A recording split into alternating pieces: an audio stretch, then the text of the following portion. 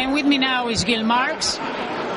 He has written multiple cookbooks, the latest one of which is the Encyclopedia of Jewish Food, which has been reviewed as one of the top reference books on cooking by the LA Times and quite a few other major newspapers around the country. Yes, Avor magazine, in its current issue, has it as one of the 100 new classics. It's the only cookbook they included in their list of foods and trends is Encyclopedia of Jewish Food, which they say is their #1 resource, not just for Jewish, but for anything.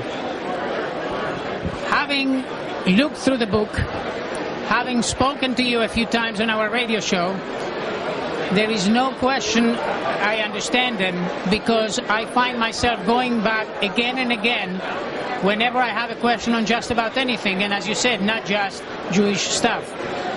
Now, tell me your impressions about this event here. I was just speaking to Menachem Lubinsky about it, and we were harking back. I started Kosher Gourmet magazine in 1986, the year before the first kosher show. This was a time that David Herzog and Kedem were just beginning to bring in the high-quality kosher wines, a premium kosher wine from France and other places, and people told him he was crazy, they would never sell. People said that kosher and gourmet were an oxymoron, and you should just forget it. And it was interesting looking 25 years later at how things have improved so much, and we were right, our trend was right back then, that you have an incredible array of kosher wines.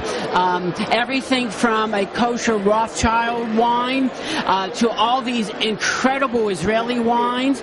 I mean, not just one, but scores and scores of wineries from Israel with just the most fantastic wine coming out, and from other areas. And then the food, just stuff.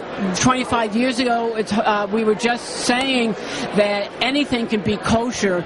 You just have to know what you're doing and care about it and care about the quality and stuff. And now they're doing it. And now you can, everything, of course, from sushi to steak tartare to everything that's here. And so it's fun. And, you know, one of the questions that the Heavenly Court asks you when you die is, did you enjoy my world?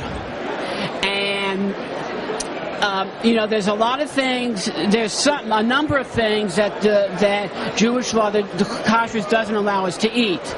But there's an awful lot that it does.